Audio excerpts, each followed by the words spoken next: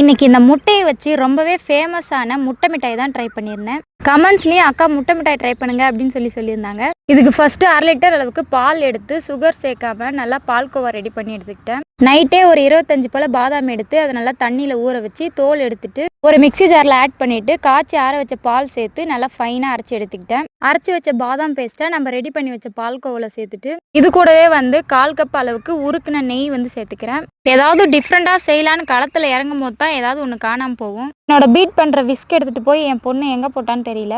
நெய் சேர்த்து மிக்ஸ் பண்ணிவிட்டு 3 முட்டையும் சேர்த்து நான் நல்லா கரண்டியாலே மிக்ஸ் பண்ணி எடுத்துக்கிட்டேன். இப்போ இது கூடவே 1/2 கப் அளவுக்கு சுகர் சேர்த்துட்டு நல்லா மிக்ஸ் பண்ணி எடுக்கணும். இப்போ கொஞ்சம் தண்ணி கன்சிஸ்டன்சிக்கு வரும். முட்டை ஸ்மெல் வராமல் இருக்கிறதுக்காக கொஞ்சமாக வெனிலா எசன்ஸ் சேர்த்துக்கிறேன். அப்படியே ஸ்டவ்வில் எடுத்து வச்சு ஒரு 3 மினிட்ஸ் நல்லா வேக வச்சு எடுத்துக்கணும். இப்போ ஒரு பிளேட்டில் கொஞ்சமாக நெய் தடவிட்டு நம்ம ரெடி பண்ணி வச்சுருந்த அந்த மிக்ஸை அதில் ஊற்றிட்டு ஆல்ரெடி நம்ம ப்ரீஹீட் பண்ணி வச்சுருந்த கடாயில் இதை எடுத்துகிட்டு போய் அப்படியே வச்சு ஒரு 30 மினிட்ஸ் நல்லா பேக் பண்ணி எடுத்திங்கன்னா சூப்பரான முட்டை மிட்டாய் ரெடி ஆயிரும்.